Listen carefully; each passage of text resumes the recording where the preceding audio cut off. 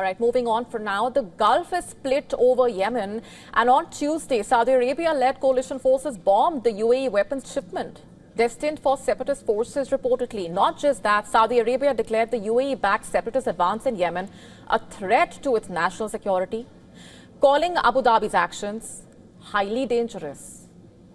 And with this, the rivalry between the Gulf monarchies over Yemen boiled over into an open dispute. The Saudi bombing of arms shipment signaling a new escalation in the tensions between the two sides. But what is this all about, and how does it actually affect the entire region? Let's just decode this for you. Starting off with how on Tuesday, Saudi Arabia declared a UAE-backed separatist advance in Yemen as a threat to the kingdom's national security, like we said. Riyadh also called Abu Dhabi's actions highly dangerous, shedding the spotlight on the growing rift between the Gulf monarchies. The strongly worded foreign ministry statement came hours after the Saudi-led coalition fighting in Yemen said it had struck a UAE weapons shipment destined for separatist forces reportedly. The Saudi foreign ministry statement read, and I'm quoting now, "The steps taken by the UAE are considered highly dangerous. The kingdom stresses that any threat to its national security is a red line, and the kingdom will not hesitate to take all necessary steps and measures to confront and neutralize any such threat," quote unquote. That statement on your screen.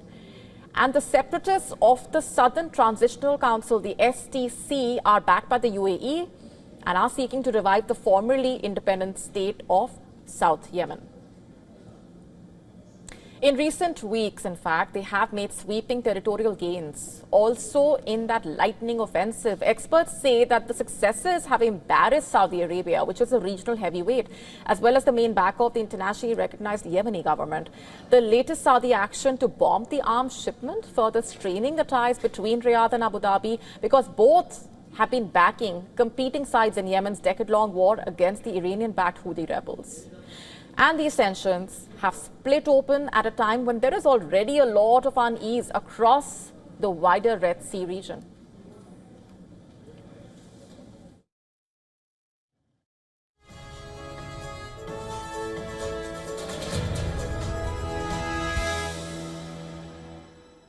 And the Saudi-led coalition justified the bombing by saying, and I'm quoting here, "Given the danger and escalation posed by these weapons."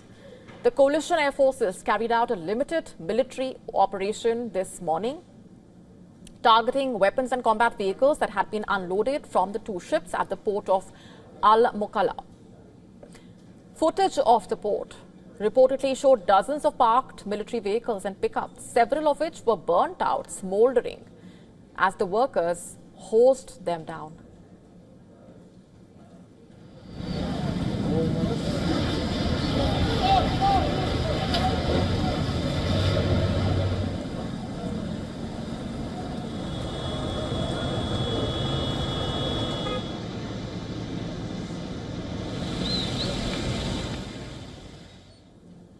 And after the strikes, the leader of Yemen's Presidential Council, which sits atop the Aden-based government, declared a state of emergency and cancelled a security pact with the UAE. This after the separatist forces of the UAE-backed STC had seized large parts of the territory reportedly.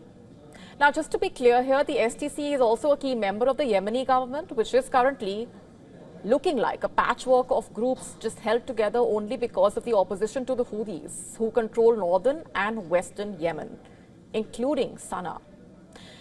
Over Yemen, Saudi Arabia and the UAE, traditionally close allies who joined forces in Yemen against the Houthis, have increasingly been at odds. It has to do with the fact that the conflict is happening at their doorstep and affects their respective countries as well, of course. And the way things stand right now, Saudi Arabia stands by a demand from Yemen's Presidential Council for Emirati forces to withdraw from the country within 24 hours, so the clock is ticking. Saudi Arabia has also urged Abu Dhabi to cut off military and financial support for the Yemeni groups. Mukalla, where the Saudi bombing took place reportedly, is in Yemen's Hadramaut governorate, which the UAE-backed separatist forces had seized in recent days.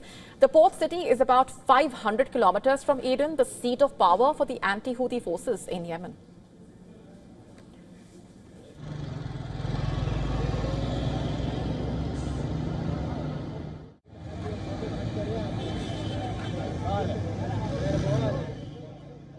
To stay up to speed with the latest news, download the WION app and subscribe to our YouTube channel.